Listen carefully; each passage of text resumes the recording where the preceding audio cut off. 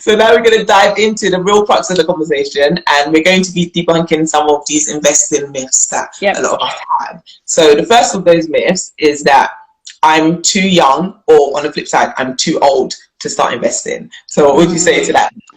Oh, it doesn't matter what age you are. So I think we come with this mindset, particularly in the UK as well, that investing is only for the hierarchy. So the people, very wealthy people, or you've been taught how to do it from your family. And it doesn't matter what age you are to start investing. Investing is just a term of sending your money out in somewhere to get better rates of return. Hopefully, there's no guarantees with investing. Hey guys, welcome back to my channel. If you're new around here, welcome. My name's Tolu, and on this channel I share content all around personal finance, budgeting, frugal living, and I show you how to live your best life on a budget. So in today's video, what I'm going to be doing is bringing you episode number 7 of my Instagram live series called T Money Talks. So every single week I'm joined by a special guest to talk about one money topic or another. And on this week's episode, I was so excited to be joined by the amazing Mamafurfur. On this episode, Jennifer really shared so much knowledge and a wealth of information all around the topic of investing. So she debunked all of those myths that a lot of us have when it comes to investing. So things like I'm too old to invest, or you need to be rich to invest, all these things that we often think about when it comes to the topic of investing, which prevents us from actually taking that step to actually invest in our money and ultimately building wealth for our future. She talked about all of that on this live series with me, and she answered all the investing questions that all of my followers had. So it was such an amazing conversation. I know I say every single week that it's an amazing conversation, but this one in particular was so fantastic, and I learned so much from it, and I know you guys are going to get so much from this as well. So if you follow Mamafurfur online already, you already know that she's a guru at this and she knows so much all about personal finance. So you're in for a treat, because I had an hour-long session with her and she spilled it all and shared so much information with us on this live conversation. So grab yourself a hot drink, grab yourself some snacks and a pen and paper, because you're going to want to make notes on this live, because there was so much information shared and so much knowledge shared. But with that being said, guys, please do give this video a big thumbs up and subscribe to my channel if you're not yet subscribed. And without further ado, I'm going to get into episode number 7 of T Money Talks for you right now.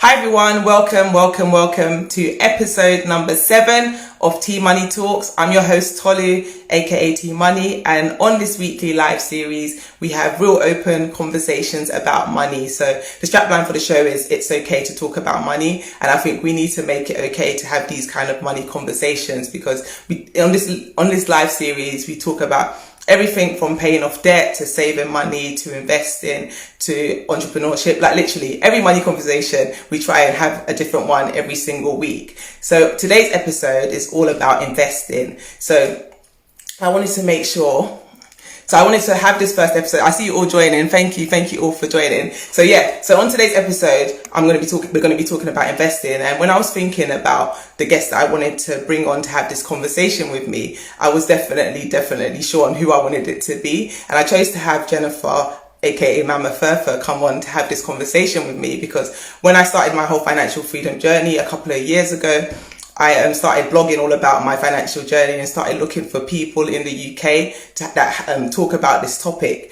And Jennifer was like one of the first people that I actually came across that was from the UK, talking so openly about her financial journey and just talking about how to basically escape the rat race and start creating multiple streams of income online and things like that. And I was so intrigued by her content. And back then she was on about 6,000 subscribers. And fast forward to today, she has over 45,000 subscribers. She's written a book. She has an amazing podcast, and she's just built such an amazing platform for herself, and I've learned so much from her. So I was so excited to actually have her joining me on this episode to talk all about investing, because for me, on my financial journey, that's the next stage. So we've paid off all our debt, we've built up our emergencies fund, and the next thing we want to do is pay off our mortgage and start investing. So I'm like, let me get somebody that knows this stuff really well to come on and talk to me, but also at the same time, obviously help you guys at the same time. So excited to have Jennifer joining me. And I'm going to get on to the live right now. Yeah, I see you all joining. Fantastic. Thank you all for joining. Yes. Great choice. We love Mamafurfur. Yep, I love her too. Hi, Jennifer. I can see you. I'm going to join you on the conversation now.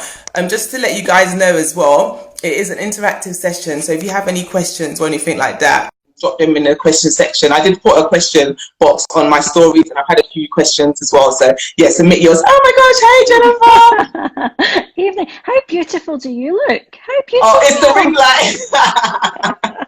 And it's not a halo, that's the dining room light. So there we go. I look like I've got a little halo as well. Oh, bless you. Thank you so much for agreeing to come on and do this live with me. Like, I'm so excited to have you on here. It's going to be good fun tonight, I can tell. You've got the same kind of vibe as me. We've got good fun, and we just want to help a lot of people, so it's all good. Exactly. No, it's going to be amazing. So I've obviously done a bit of a pre-introduction. I don't know how much of that you saw, but it'd be good for you to, those that don't know who you are, I'm sure most of them do already, but for the few people that are new to you, tell them a little bit about yourself. Okay, sure. Well, as you can tell from the accent, I'm Scottish. I'm up here in Glasgow. Late 30s, I've got 2 small boys, and my journey into finance has been probably similar to yours, like just genuinely feeling a lack of education in the UK. So when I met my husband, he had £24,000 worth of consumer debt. And when we got together, I just decided I was not having that. We were getting out of that debt. I had never had debt before. I'd always lived within my means. It's just how I grew up, you know, never had credit cards. And so that whole process was learning about how to pay off a good amount of debt that was quite consuming. And through that whole journey, I read hundreds of blogs, hundreds of books, watched YouTube, and it was all mainly US creators that I saw talk, and also men. Now I love male creators, but there was no women talking about it. So I've been in sales all my adult life. I'm used to talking in front of people. I'm Scottish as well, so I'm never short of a conversation. And I thought I would pick up a camera. So that was 2.5 years ago now. And I'd like to think that there's been such a great wave of creators like yourself. I had you on the channel recently, a real flurry of great people also inspired. And I really hope that we've all kind of banded together and we're going to set off this movement for education and particularly investing. I'm very keen on financial freedom and investing. And as you mentioned, I've got a book, podcast, couple of products. Yeah, it's all good.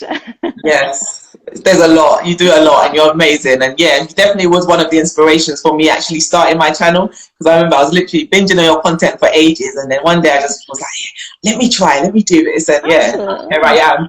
Finally hit 1,000 subscribers. Yay! I know, actually. Was it shortly after our video together you kind of hit it down? Yes. Which was excellent. I'm so pleased for you. So thank you for that extra push. Yeah, it helped. So no, that was amazing. So what I like to do at the beginning of the show, before diving into the real meat of it, is a little bit of an icebreaker.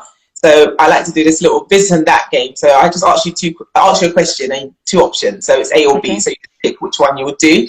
And you guys that are here in the comment section, you can play along too. So I'll ask question 1, for example, and you just pick A or B. So yeah, that's going to be it. So the first question is, would you rather always be 30 minutes late for an appointment or always be 30 minutes early? So you're the first one there waiting, or would you like to? Absolutely. It's B. I'm early. Do not be late, people. It's rude. It's rude, isn't it? It's rude. Take a snack, take a book, be early.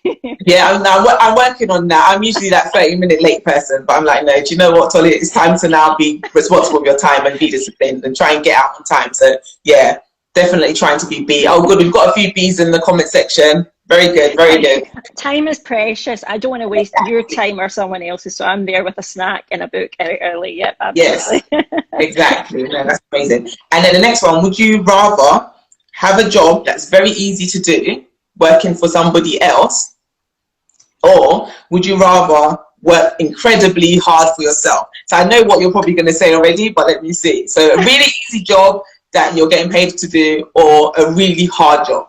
Oh, you see, this is a hard one, because I actually think I've got an amalgamation of both right now, because you know my background, I still have a day job, you know, like a lot of the world, I still got a day job. I actually think I would like to probably work for myself if I had to definitely pick. But you see, this is the thing. I've got this wonderful slogan that I read from an old prosperity book, which was rich ideas, not hard work, bring about your success. So meaning you will be given your rich, your prosperous ideas like you're doing right now. This is a prosperity idea you've had to help others that will probably benefit you and your household as well, hopefully. It's not you working hard. It's not the hustle of you doing 10,000, 100,000 hours. It's how successful you will be at delivering your intentions and your message. So I actually think it should be like your own creation. So I'm going to go more on the side of B, but I don't necessarily believe in the hard hustle. In the hard work part. Yeah, so I'll go that way slightly. Okay, so we'll go B. I think we've got quite a few Bs in the comment section below. So just slightly. I'm just being a typical Scot where I'm like, I'm going to divide this. I'm going to yes. No, that's better. I think I'll lean towards B, just because A, I think it's I don't like being bored. So if the job is too easy and it's like not challenging and not stimulating, I think I'll just hate my life. So I do like to be stimulated. So yeah, no, I think I'll pick B too. Next one, would you rather win a free 1 week cruise to any destination of your choice, or would you rather a free weekend stay at any hotel of your choice in the world? Oh, wow. These are tough. I thought it was a good icebreaker. Leave me in gently. I've been on a cruise. I think I would go the hotel. Yeah. So I've been on a cruise before and it was good fun, but you know, you're stuck in the one place. Where a hotel, you could potentially go other places. So I'm going to go B. I'm going to go B. That's a good point. I think I will go A, just because I've never been on a cruise. It's good fun. It's good fun. It is good. 1 week cruise. Okay, we've got a couple of 1 week cruises in the comments. I don't like cruises, so B. Okay, we've got a mixed answers. So cool. This question is for children. Okay, thanks for that. Thanks for your Thanks for your input there. That was just okay. Would you rather win £15,000 in £50 notes or £20,000 in 50p coins? I suppose all of it's the same, really. It's money, so I'd probably have it in the 50p's. Although now cash is like having gold dust that nobody wants. That no one wants. No one wants to touch it. I would actually, you need to go to like Morrison's or Asda and put it in the coin machine to actually get something a bit more tangible. I'll go for the £20,000 purely because I know how I would spend it. So I'll take the most and I'll deal with the baggage. Yes, yeah, that's what I would definitely pick B, because go to the bank and let them deal with it. Oh, we've got a few hi evening. We've got seasicknesses for the question before. Yeah, sorry about that. Okay, so I'll ask one more. So would you rather owe someone £10,000 or would you rather the person owe you £10,000? Oh, well, if I give away any money, you kind of have to assume you're never getting it back anyway. So I think I would rather somebody borrowed 10,000 from me. And having somebody wanting money from you, you feel indebted to them, don't you? So I'm going to go for option B. Yeah, no, definitely. Having been in so much debt and paying it back, I can't do that again. So no, I'd definitely rather have someone owe me money than have to owe someone that had that dangling over my head. I don't want it. So. Okay, cool. Thank you for playing. You've been a good sport. So now we're going to dive into the real crux of the conversation, and we're going to be debunking some of these investing myths that a lot of us have. So the first of those myths is that I'm too young, or on the flip side, I'm too old to start investing. So what would you say to that? Oh, it doesn't matter what age you are. So I think we come with this mindset, particularly in the UK as well, that investing is only for the hierarchy. So the people, very wealthy people, or you've been taught how to do it from your family. And it doesn't matter what age you are to start investing. Investing is just a term of sending your money out in somewhere to get better rates of return. Hopefully there's no guarantees with investing. So it doesn't matter what age you are, but what will change is your age and your goals maybe with the investment. So for example, someone who's younger, you have a lot more time hopefully before you might dip into the investments or need it, if it's maybe an additional income. And so for that reason, you can maybe be a wee bit riskier. You know that you're having it for so much longer than somebody who's maybe 65 wanting to start investing. Exactly. So it's really about, when will you need the money, actually how long away, and also your risk portfolio, like how risky are you willing to play it as well. So yeah, it's never age defined, it's actually more lifestyle and more personal than that, really. Exactly. Yeah, no, I totally agree. And in terms of investing, next one, the myth number 2 is investing requires a lot of time and commitment. So it's, very time consuming. Not at all. Well, it depends how you're investing, right? So the most common way that maybe everyday people can invest, or the one it's called passive investing. So that basically means that you are buying the same funds or the same companies or the same bonds every single month or whenever you decide on autopilot. So literally there's investment platforms. It's like a bank account. You set up an account and you say, I want this particular fund, this ETF, this index fund, and it will go away every once a month and it will take your money and it'll buy it. And it's done. It's right. That's what your pension is doing. So if you've got a company pension or private pension, you're investing without you realizing it. That's exactly what they're doing with your contributions. So, like, to be honest, it's not time consuming unless you're choosing to be a trader, which is when you donate, your full time to looking at where you can make a profit any way you can within a couple of hours or a couple of days. But normal people, if you've got a pension, you're investing anyway, and you're not checking your pension every day. You're letting it go out, so that you can do the same with private investing as well. Yeah, exactly. We've got a question that's just popped up. What are your top 5 funds? Oh, it changes. So personally, and this is not advice, it's not personal finance advice. Exactly, this is what I do. So exactly. my personal ones that I invest in as my autopilot, I use Vanguard's life strategy funds. I buy their 100 fund. So for me, I'm 39. I don't want the money probably till I'm like 65, 55. That's a blend between US, UK, and then global. So it's all in stocks and shares, but they offer options to blend with bonds as well, depending on what you want. I go with that, and I also buy the high dividend global yield fund that they do. So again, it's a global tracker, and it's the high dividend, so the highest payout companies. But my personal favorites are basically global trackers. Again, it's what you want to invest in. Are you wanting to be very risky and pick one sector? Pick the S&P 500. You could do FTSE 100. It's really all about actually fine tuning. And I also invest a little bit in crypto. I do a little bit of. I've got a little bit of Bitcoin. It's actually doing not bad. But that's obviously highly volatile. That's not for everyone. But it's all just about, though, to be honest, like, how are you designing your portfolio? What are you wanting to keep mindful of and things? So those would be some of the funds that I invest in. Anyway, it's not financial advice, so don't call me. Oh no, 100%. Someone just asked if it's going to be saved. Yeah, it's going to be saved. Don't worry. Hopefully, if I do it right, it's definitely saved. No, brilliant. Investing. Oh, I've done that one already, haven't I? No, I haven't done that. Investing is for the rich. So that's myth number 3. Investing is only for people. So you touched on that earlier, and it's not true. I think that's often a barrier to stop finding out about investing. I believe that investing and saving and giving, I mention this a lot on my channel, it's a 4 pillar of what you do with your money. You spend it, you save it, you invest it, and you give it. So I think I'm actually one of the few, I know you mention it on your channel when you do your budgeting and stuff, but that's quite rare to be speaking up about giving money nowadays. And it's a game changer. It's old school for a reason. It's from the wisest folks out there.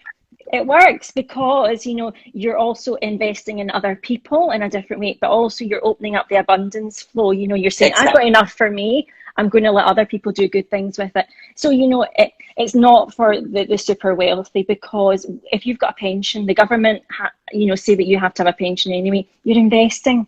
So why not take that little bit of initiative and find out what you're investing in, even with your pension, and, pick up. I've got some great books I'm going to mention at the end, pick up a book and learn. I think you'll be surprised how easy it actually is. That is definitely true. Once you actually start learning about it, you're like, okay, I can actually do this. So it is definitely doable once you know what you're doing, kind of thing. And that goes on to the next myth, which you kind of debunked already, which is investing is too complicated for me to understand. No, think about yourself, and there's plenty of other people like me as well talking about it. It's really as simple as learning a couple of bits of jargon. I'm being very honest. It's the same as opening a bank account. There's so many providers. There's Trading 212, Free Trade, Plum, Moneybox, Vanguard. I could keep going on. eToro, tons. And it's all about finding out actually what would be your ideal investment for long term. So I only invest usually long term. I'm not a quick wins kind of girl.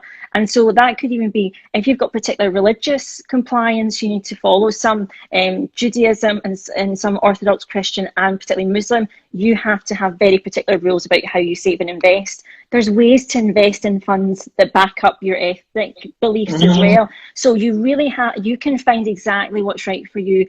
Plus also, hopefully reaping the rewards with your money making more money for you in the background.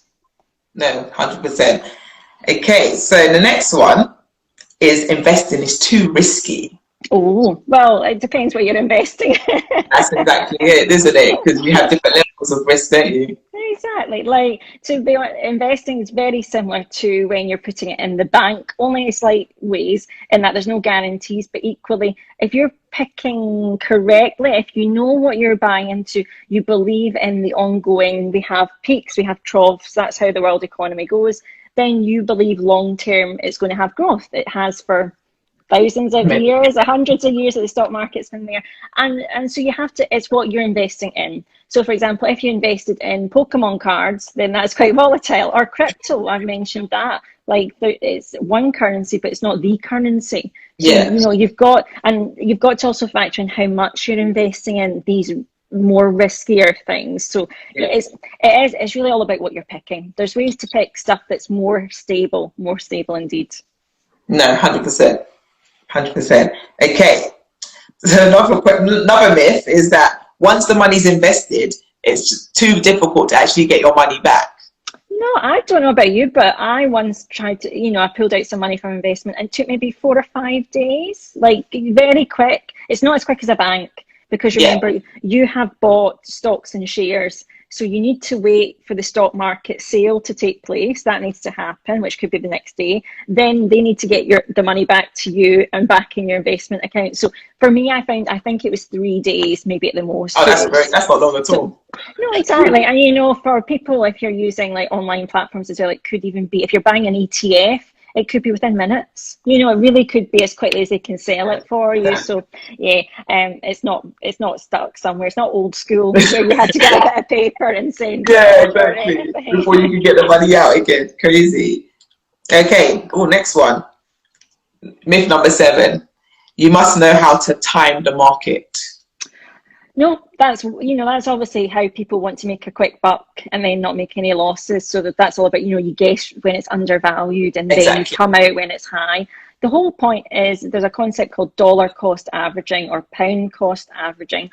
That means if you consistently buy every month or every couple of months the same fund, you buy the same portion of it, then over time, you're taking advantage of when prices might be high, when prices might be low and cheaper. And so that constant buying, you'll then get an average will appear rather than if you bought in one lump sum. Now, that's a theory that works in your favor in most occasions because of the consistency with buying the same thing. It's like if you had, let's think about designer handbags. So there's a particular, let's say, Chanel bag that you are buying every single month. Well, one month it might be on sale, so you get it cheaper.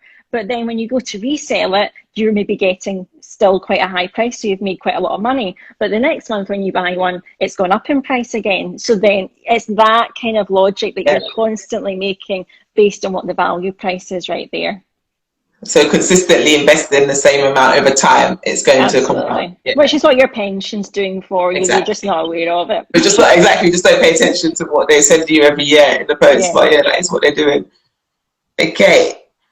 Oh, this is a funny myth. Investing is a get rich quick scheme. Well, again, it is what you're investing in. There's people flash about Forex trading and Bitcoin, and you see the fancy Lamborghinis or the cars. They could have made that money, but they're probably doing it with using really risky ways to invest, as in you've got to know the exact minute to buy in and the exact minute to cash out. So for the everyday person, you shouldn't be choosing get rich quick schemes anyway. You shouldn't be going to, there is possible, high rewards, but there's also high losses as well. A lot of high losses that happen, exactly. So again, that's not all of investing, and that's just one part of investing. Unfortunately, gets a lot of bad rap. So just stick away from it. Don't go near it. You don't have to do that. Exactly, that's the thing. You don't have to. Okay, so past performance guarantees future returns. No, not at all. You'll see that in the small print every single place. Nobody can predict the future. Even the best analysts, even the news, trying to figure out what's going to happen in the country next week or the weeks after. Nobody knows the future. If anyone had predicted COVID honestly, you probably deserve the lottery ticket. Okay, so that shows you the volatility of the world. So going on past history is okay to kind of give us some knowledge. And the stock market is really a human behavioural model. It's all about buying and selling. That's what's actually happening in the economy. Somebody's saying, I want this stock. Someone's saying, well, I want to sell it. And it's those interactions. And that's why when, for example, Apple just announced the latest phones a couple of hours ago, their price has actually dropped because people have seen what's on offer and gone, oh, no, that's not as exciting as I thought, so I'm getting out. It's not the actual value of Apple that has dropped. It's people reacting to something that's happening. So that's the way to think about it overall, really. Okay, that's really good. There was a couple of questions I think that went past, but I missed it. Okay, best saving tips for young people. Okay, the best saving tip I can give you, commit to a percentage every single month.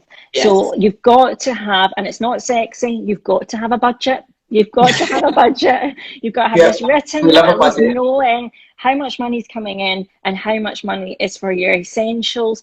And then sit down and work out, okay, what feels right for us right now? And the best thing to do is percentages, I always think, rather than amounts. So say we want to save 10% as the goal and commit. And that means every time you get a pay rise or every time something happens, money comes in, you know what to do with it. The best tips are, especially being young, definitely think about investment ISAs. Definitely think about, a lifetime ISA. You get a guaranteed uplift from the government. If you're thinking about your first home as well, that's a great savings option. So shop around, see what the best savings accounts are as well. But the best advice is just start today, commit to something ongoing. Yeah, 100%. I'll definitely echo that. Definitely start saving as soon as you can, as early as you can, and invest in that money. Gosh, if I could have my time again and be 18 again, I'll do things very differently. I'll definitely have started saving and investing a lot earlier. Okay, is there a percentage you could recommend for investing? Okay, for me, I go back old school. There's a book called The Richest Man in Babylon. I don't know if you've ever read that. Book. Yeah, really great. So it's all about, it's like a parable. It's about investing and saving and giving. They kind of suggest 10%. Dave Ramsey, the big financial guru in America, says about 15%. I think starter is about 10% if you're quite young, so like before your 30s. It's really all about how much you feel is right. For financial freedom terms, the higher the percentage is invested, the quicker you will be financially free with the money. So you'd have income from it. But you've got, it's personal. It's totally personal. So for me, 10% is the minimum I would love. But it's for you to play around with your goals, really. I'm not going to dictate how much. Yeah, exactly. No, definitely. I think 10% is definitely a good minimum amount to set. But yeah, whatever you can afford to do. Like I've seen people saving 50, 60% of their income. I don't know how they're able to do it, but whatever works for you kind of thing. Yeah, definitely, whatever works for you. Okay, back to my myths. I just had one more myth that we were going to debunk. So it was stocks and shares are the only investing options that are available to me. No, so stocks and shares, so buying into companies is one option. Index funds, so that's a collection of stocks that you're buying that are tracking a particular market. It mimics a market, so a whole maybe 500 or 1,000 or multiple companies or industries. You can also buy commodities, so oil, gold, and we mentioned cryptocurrency. So cryptocurrencies you can actually buy into. You can buy Forex, so that's currency. Yeah. You can invest in Pokemon cards. You can invest in cam bags. There's lots of different ways to invest. It's all about. I didn't realize the Pokemon cards was actually real big. Wow. And trainers. I have this on a video. Yep, some trainers are good. If you've got Air Dior's right now, you have got hot property. So we think about investing only in financial assets. You could actually invest in items that it's all about something that will be worth more in future, an asset. Okay, so anything that's an asset, your home I classify as an asset because we're still living in this world where hopefully long term your home will be worth more than you pay. It's not always the case, but the hope is. And your car is not, if you buy a car it decreases. So it's thinking about what are the assets I can add into my life. No, 100%. And there's a couple of questions that have come through in the question. Oh, more than a couple. Gosh, there's loads. Okay. I didn't realize there was that many. Okay. Are there any brands? Are there any brands that you love that have led you to invest on purpose of them? Okay, great. Oh, I love that question. So, debt-free lanners. I don't know if you watch my channel. We have a monthly video with me and my husband where we Yeah, I love that series. our brand. It's so good. I know. I'm winning. That's all I'm saying. But one of the companies that I love, I work for an IT company, so I've invested in them. I'm not going to mention them. I also, any products that I use and do enjoy, I've invested in Coca-Cola and people like that. I'm very particular though. I fall into the camp that I will actually investigate the company if they're ethical in the background as much as I can as well. So that's one of my key criteria. But I actually noticed there's a Scottish brewery fund. So I don't drink personally, but they're doing really well and they seem very ethical, for the community. So I might actually invest in them perhaps as well. So it's like you kind of have to feel drawn to it. I only invest maybe 5% of my portfolio in individual companies because for me that's too volatile. I can already, you do get nervous seeing it up and down. I like index funds, but yeah, try invest in yourself as well. Yes, that's the best investment you can. That pays a lot of dividends. Yeah, exactly. It's a great question. That's a really good question. Got a few more good questions. Okay, so once the emergency fund is saved, would you put more into investing? Or mostly emergency fund? I'd probably do more. Yeah, I'd probably put more into investing. It's all about balance. It's got to be the right blend of you of living life right now and also your goals. So a new opportunities fund or an emergency fund is about 3 to 6 months of savings, which is fair dues. But you might also want short-term savings. You might also want a fund for if you want to change life in some way or go traveling or do home improvements or buy a car. So actually, I think it's not as cold set as definitely invest. It's actually, okay, you've been used to saving this amount. Do we want to still save for something or do we want to switch it? Yes. Yeah, I'd say maybe divide it up a little bit. So put some for saving and some for investing. Okay. Next question. Top recommendations for beginner friendly and practical. Oh, I've got that was for later. It's okay. I've got some books right here. Okay. So hopefully you can see that. This is one of my favorite books, which is called I Will Teach You to Be Rich by Mamafurfur. I like Mamafurfur. He's on Instagram. He's very spot on. He's kind of the anti. You've been posting your stories, haven't you, past couple of days? Yeah. So I really like. So this was the first finance book I ever read about 4 or 5 years ago, and this is the UK edition. He's got a UK and a US version. Get the UK because it actually talks about investment ISAs and pensions, and it taught me the basics about investing. So that's a great book. It's not one of the only books. Another great book for me is a thick one.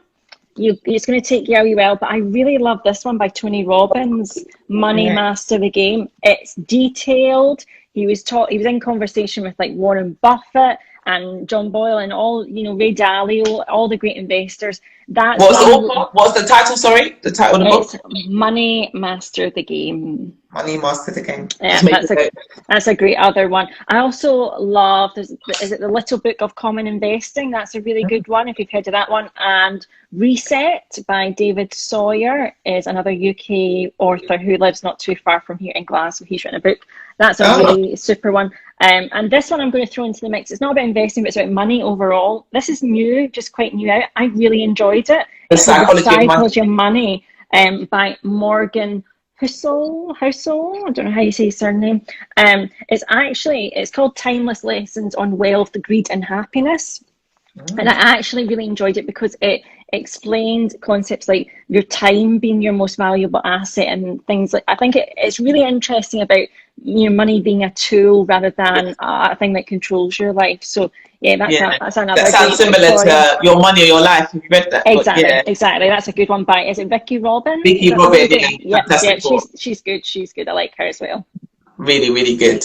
No, that's amazing. I've made notes of all 4 of those books. So I'll definitely add them to the collection. The Tony Robbins one, I'm assuming they have an audio version, right? Because yes, it will take you probably hours. It's a big book, but it's very well written. It's American in language, but there's enough key concepts. I've highlighted quite a lot of stuff in it. It's good. It's detailed, so that's a good one to get. No, thank you. Definitely adding that to. Vicky Robin retired before. Oh, that's nice.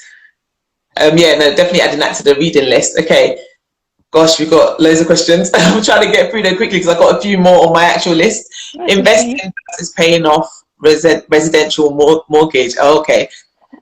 So I kind of think you should do all the habits you want to succeed at long term. So for me, I would actually do both in parallel. Right. So yeah, we invest, we also pay off our mortgage as well. Again, it's not, sometimes you want to work out the maths behind it and say, well, is it more beneficial here or there? I think it's all about habits. So actually, if it feels right for you right now to have the majority in investment over paying down your mortgage based on what you're paying individually for your mortgage right now, I think you have to look at it. It's a very personal thing, but I would actually say do the habits. So if you want to be debt free, pay something off your mortgage extra. If you want to invest, do that. If you want to be safe, like put the habits in place, and don't try and worry about which one's the most sound. Get you there quicker. 100%. Exactly. Initially, we were so focused on paying off our mortgage based on the whole Dave Ramsey baby steps, but then after a while we realized actually no, we want to start investing now. So now we're like personal. Exactly. Includes do both basically. So yeah, no, it's definitely personal. Invest first or save up for a house deposit? So the thing that comes to mind is actually if you qualify, and there's some criteria if you're in London for certain houses, think about the lifetime ISA for your first home. So that's a way to save, but the government are giving you a top up on top, and you can actually get an investment flavour of the lifetime ISA. So you could actually be investing and saving for your first home with that lovely extra bonus of 25%. So look into that first. I would say when you're investing, assume that you do not want the money back for 20, 30 years to allow it to kind of not have so much volatility. So actually, I would say like make the focus saving for the home as well as invest. They're two different things. It's not like picking one or the other. Just kind of maximize how you're saving for your first home and take advantage of these government schemes that are out there if you can. Oh, you've been amazing. Yeah, that's brilliant. Okay, next one. Okay, 30-year-old NHS, 9.3% pension, Vanguard, 100% equity ISA. Consider LISA or save for first home? Well, you've got a good pension. I know the NHS pension, I think they do quite a lot in terms of contributions. I can't remember if it's like double or triple or if it's all included in that 9%. So you're doing good things with that. You're obviously also doing your ISA on its own. I think it's kind of like the similar question before. You know, pick actually, is your money maybe better getting more power with the lifetime ISA for your first home if you qualify? I would just probably say, like, it sounds like you're doing really great things with your investments. Also, I like pensions, but I like having immediate access to some portfolio as well. So a pension, you're locked in, that money you cannot get. So actually you could even open the investment ISA as your kind of investing fund for later life as well. So yeah, I kind of see them as they're just all habits I would love. So I'm not, it's like favourite children. I'm not going to pick which one's my favourite. Okay, no, that's a really good answer. Okay, I think we've got a couple more. I think this is quite similar to the last question. I contribute to Vanguard 100% equity ISA and next investment vehicle. What investment vehicle would you recommend next? So for me, I tend to also follow a global tracker, because the Vanguard 100%, you're highly biased towards US and UK in that. I think it works out as about 50% is US, UK economy with a little bit of outside. You've got Japan, you've got developed world. So you might actually want just a nice global tracker so that kind of, to be honest, you know, you're trying to pick the best strategy, but the whole point is at least you're buying index funds, you're tracking whole markets, and you've got diversification already with that one particular tracker. So it's really a case of maybe finding a nice global tracker that you like the high dividend yield one, or just maybe some of the social responsible indexes. Again, do your research.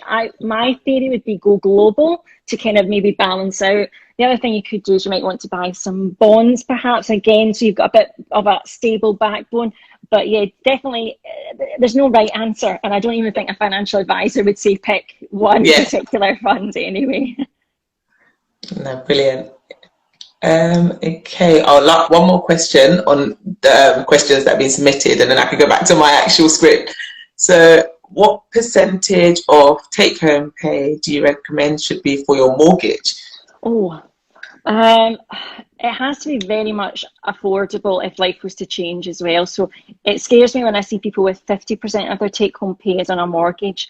What happens when you get a remortgage? You know, you come out of a fixed term period, or you know, the rates change. We might have negative interest rates at some point, but what if it goes up to 10 or 12% in the future? I don't know. My kind of comfort zone is below 30. Maybe, but also you need to work out, have you got debt? Have you got like, what is the rest of your budget like? So try and find the best area for your budget, but also please make sure it's not over 50%. You know, that's the extreme. Try and get towards the 30-25 if you can. Definitely, because these banks, they'll just be offering you the most money, and it's like tying yourself up to something that's going to be so hard to commit to if anything your financial situation changes. Absolutely. Yeah, definitely. You calculate how much you can afford for a mortgage. Don't let the banks tell you how much to pay. Absolutely. 100%. Okay, so if you back to we've done all the money myths, or the investing myths rather. So now it's just a few questions that people submitted on my stories. Okay. I'll go for a few of those. So, does it make sense to invest if you are in debt? So I've actually covered this in a recent video. It's going to come out in a week or two. I believe if you have got, it's all about habits for me. So I go totally against the grain and say, I would rather you maybe even invested £5 or £10 to build up the habit. So with investing in particular, I think debt, we need to get out of debt, because then you free up more money in your budget. You can also live life more freely, make better choices, because you're not stuck to paying off the debt as part of your outgoing. I know with investing, it's all about getting used to the volatility and the knowledge you get long term with it. So for me, if you have paid off debt and you've never invested and you're trying to switch to this new habit, you could be investing quite a large sum of money, or potentially have maybe £100 or something that you're wanting to start investing. It's very hard not to get the fear factor with large amounts. Okay, so if you're investing £100 every month without practicing or without seeing what's in the markets like, you know, you could see that drop down and you get the fear and you're out. Whereas if you've started with £5 or £10 whilst you've been doing other habits, you've got used to it going up one day and the next month it going down, and you've built up that muscle, that memory of this is how the stock market works. So for me personally, and I've covered this, is like work on paying off the debt, but habits that is like kind of looking after your body. You wouldn't only eat right for 1 month and then stop eating right and exercise for a month and then you would do both together. So that's how I would actually think about it. It's very much a sliding what's right for you. Focus on the debt, but let's just start investing. Let's start saving as well, and then we can switch as the focus gets easier for us to kind of change it that way. No, it's funny you say that, because that's literally what we did. We literally focused on paying off all the debt and we wasn't doing the investing. So now it's the time that we had so much money to invest. We're at that crossroad where it's like, oh my gosh, what do we do? Scary. Exactly. Yeah. Whereas if you had been investing, definitely. So that's actually really, really good advice. Never mind, it's too late for me, but I'm going to start now anyway. Start small and just build up. Absolutely. That's really, really good advice. Next question. Oh no, we finished those questions on the screen. We're back to my ones. Okay. What are the best stocks to invest in 2020? So this person invested in Zoom and Tesla. Oh, okay. Well, hopefully you got it when it was going cheap in March. Again, nobody's got a crystal ball. I like tech companies because that's what I'm interested in. I also like consumer brands. I tend to go for the S&P Dividend Kings. So the Dividend Kings, if you do a little Google search, is your consistent high performance, kind of similar to the S&P 500, but it's the people who are paying out good dividends, are increasing it, so they're rewarding their investors. I tend to go for some of the main players in that because they've been around for probably at least 50 years. They've got consistency there. I wish I could tell you, it'd be like winning the lottery and which stocks to pick. I don't know. I really am interested. I like Apple. I really take an interest on people like Peloton and some of the fitness stuff, because I think that's going to come into play. But personally, I'm not going to name and guess because Don't want anyone coming for you in the DM. Buy an index fund first. Buy an index fund. No, that's good. Brilliant. Let me see. Get back to my questions. Okay, you've answered that one already, because some of these questions are kind of repeated on the ones that were in the inbox. No, you've answered this one already. Is there a right age to start investing? So you've kind of done that. So how should I invest my first £1,000? Obviously, you're not a financial advisor, so if it was you and you £1,000 to invest, how would you? If I had £1,000, so I would divide it up based on my habits. And actually, the video that we had together on my channel, you did this exact principle as well. So I know you love it. But I first of all say, okay, my money strategy is 10% is invested in my investment ISA, so I would do that. And then 10% is given away. I give to the charities and the things that I believe in to want to support, so that's gone. Then 10% I would probably use, or at least some money, to further develop life for me and the family. So that could be educational books, courses, I invest in myself. And then the last bit, I would make sure that it was my priorities at that moment. So, you know, it could be that you have savings goals or paying off debt. So when you're talking about investing, I actually see it as a more holistic life being invested in. If it was strictly stocks, then I would still invest 10% in my own and give 10%, but with the rest of it, I'd probably end up buying my Life Strategy 100 fund. I would probably do it as simple as, let me buy a global tracker or something that has diversification. So it's like an easy, I know it's safe and I know it's going to be there. And I say safe loosely, but you know, it's going to be there for 5, 10, 15 years. Because buying £1,000 of most companies right now, I would say that is quite high risk. You know, there's a good chance that you could maybe lose half of that because things are so volatile. So that would be, exactly. It's definitely an area that do it based on your habits, how you divide it up rather than pick only one area. No, that's good advice. Sound advice. Okay, so this is a good question actually. So this person's asking how to get started with investing. So how did you get started? Okay. How did you get started with investing? So well, it was off the back of doing all my research. I never realized before that you could be financially independent. This was such an amazing revelation. I just grew up assuming you get a job, you get a degree, you go to work, and when you're 65, you might get a pension. That's it, right? Or 67. And when I learned about the whole concept of building up a pile of money that actually you could get an income from, because the rate of return through the stock market or your investments would be more than inflation, more growth than the bank. This totally blew my mind. Like, you can actually earn money when you're not working. Like, it's the giving up no time for money. Like, that concept was completely alien to me. So yeah, that's how I started investing. And I'll tell you, I remember the first time I bought, I think, you know, you set up the direct debit to start investing and you're shaking. You're like, oh, what am I doing? But years and years down the line now, it goes out the door. It's working in the background. My children, we have junior investment ISAs for them. I'm teaching them about money and, you know, how money grows and how you can do different things and help people. And so, yeah, it's the hardest bit was actually probably starting more than anything. Yeah, exactly. Amazing that you've done so well, because it's only been what, 2-3 years now that you've been on this. 2.5 years, 2.5 years, yeah, nearly 3 years. Yeah, it's super. It's really good fun. I would love to hit 100k subscribers. I'd love that. Oh, you're definitely hit it. You're definitely. Have a subscribe to my channel. Definitely. I've got a space in the toilet for our awards. You see, in our toilet, that's where all our awards are. So I mean, certificates, degrees, just a spot right there for it. I can't wait. No, you're definitely going to get there. This time next year, you're 100% going to be there. If not, 100%. Okay. Oh, this is another good question, actually. So why is investing so important? So yeah. It's just a way for your money to make money in the background. So it's as old as time about how you have to be saving a portion of your money for the days where you could not be working for it. Because at the moment, you're probably exchanging your time for money.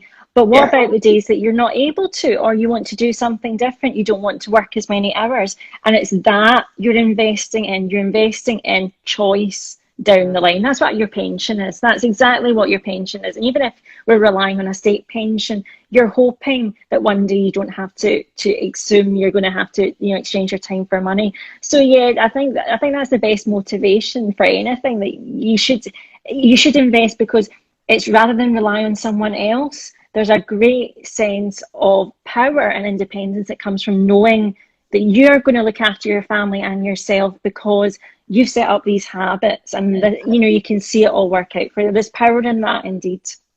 Yes, 100%. I totally agree with what you just said. Oh, sorry, there's a few questions that have gone past that I've missed.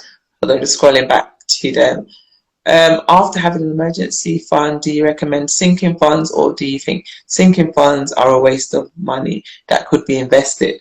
No, sinking funds are wonderful. Yeah, I always recommend sinking funds. Sinking funds is just another way to pay off your yearly bills, and you're going to save lots of money, because when you sign up for your car insurance, your mobile phone insurance, and they're charging you a premium. So do you know what? Sinking funds are really smart. It's the way our grannies used to do it. They used to put money aside, didn't they, for these? So yeah, I do believe sinking funds are really good, and make sure you know what you want to buy with those sinking funds. Even things like clothes and haircuts, and life's happening. So you've got to have these pots of money there to enjoy life as well. Yeah, 100%. And is it wise to pay off your UK student loan debt before investing? Oh, so it depends when you took out your loan. I was the old school student loans where we had to pay it back in full regardless, but let's go the new way. The new way is kind of like a tax, that it's when you earn enough money, then you pay back a certain percentage. Personally, it's going to be down to personally what you think to do. In my circumstance, I paid it all off in full.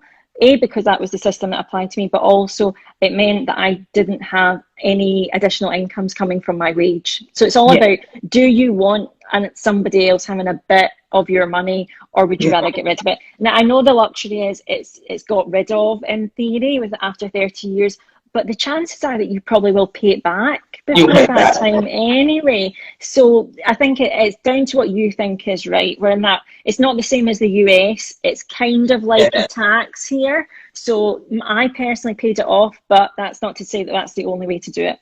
No, that's definitely a good answer. What's the next one? So we've got quite a few more. Any advice?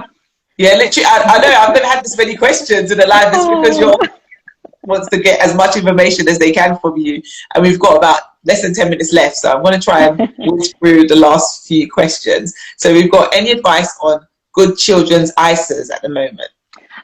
So we've got junior investment ISAs with Vanguard, and it's because I can buy the same funds that I do with my own. And that's the same thing. Shop around. You'll definitely get investment ISAs for children. You'll also get pensions. If you want to start a pension, you can start a pension from birth. Oh, no way.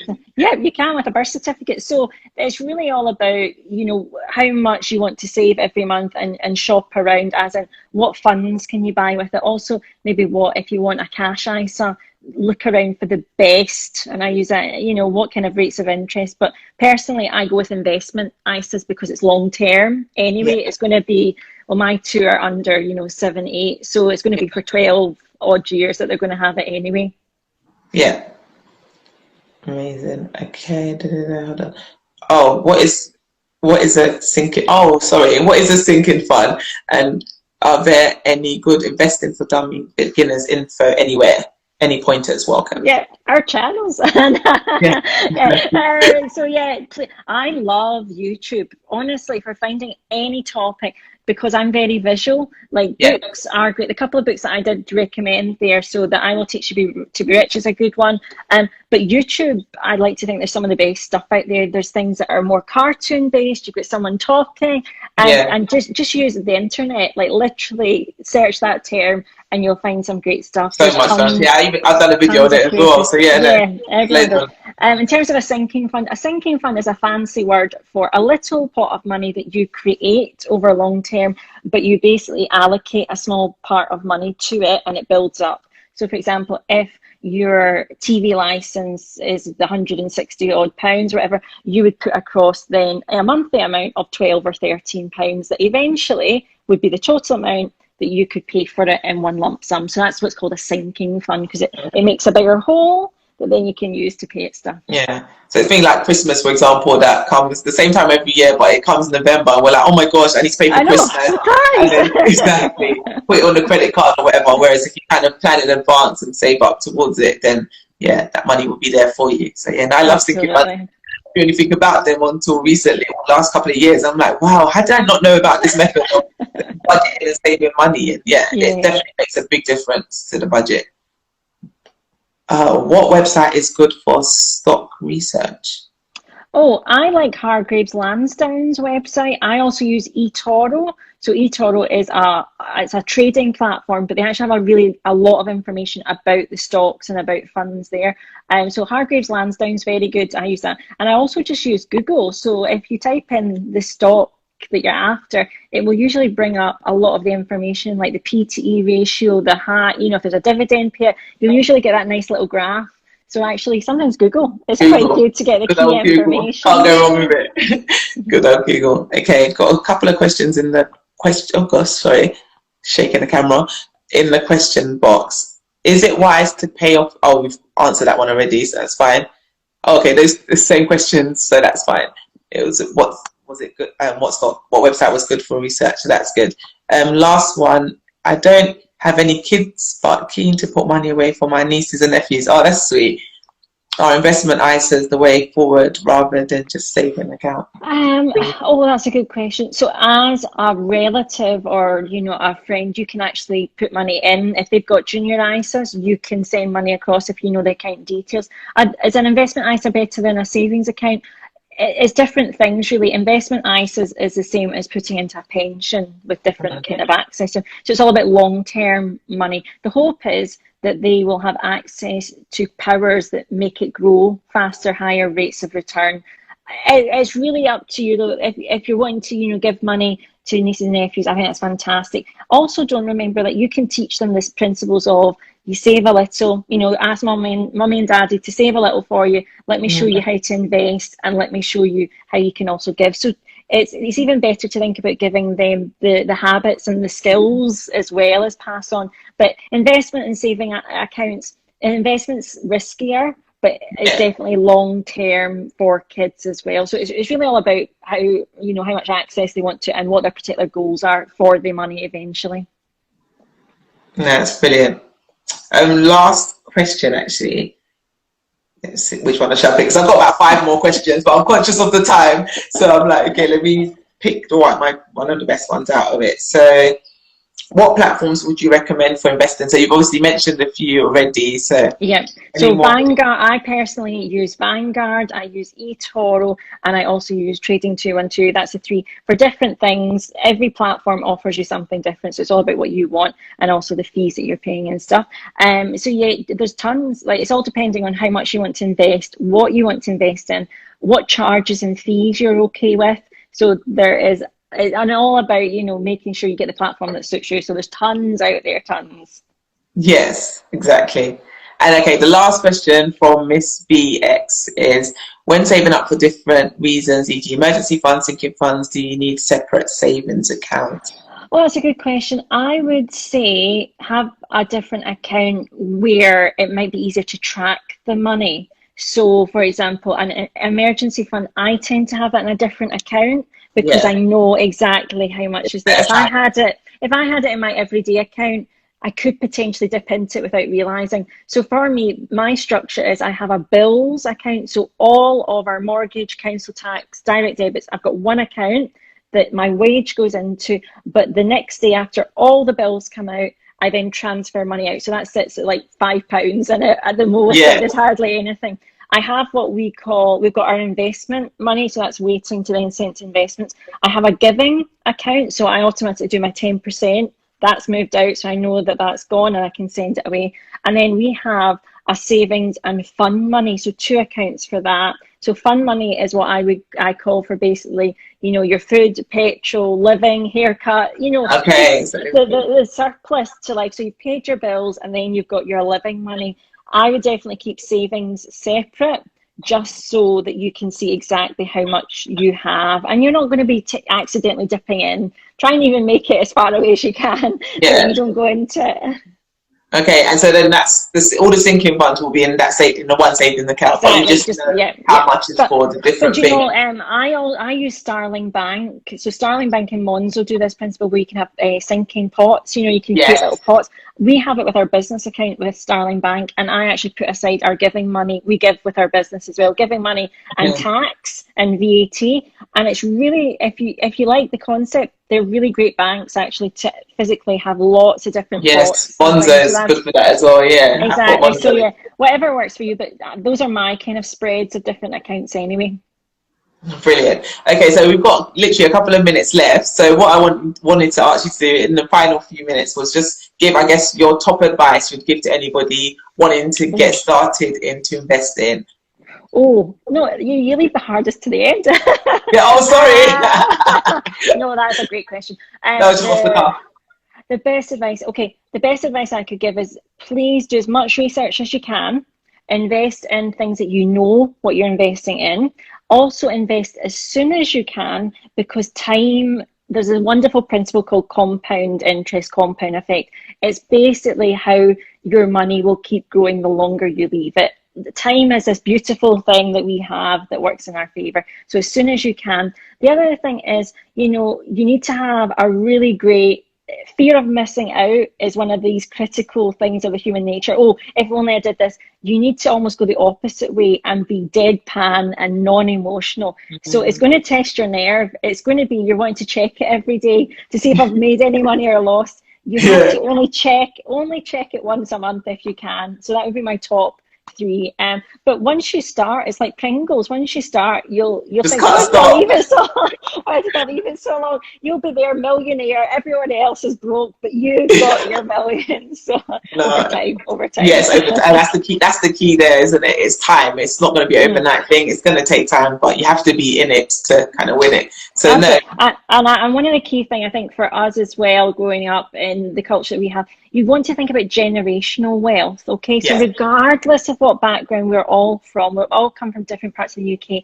You can really be using your money as a tool to not only help your family, yourself, but this could be money that you're building up that changes generations as well, because you've done certain habits with it. So yeah, there's great power in what you do with your money. Just like Jennifer, we've got literally 15 seconds left. Oh my gosh! Bye. Thank you so much. You've been amazing. Definitely save guys. If you need to contact Jennifer, just slide in her DM and follow her on YouTube. She's amazing, Mamafurfur. It's been fantastic.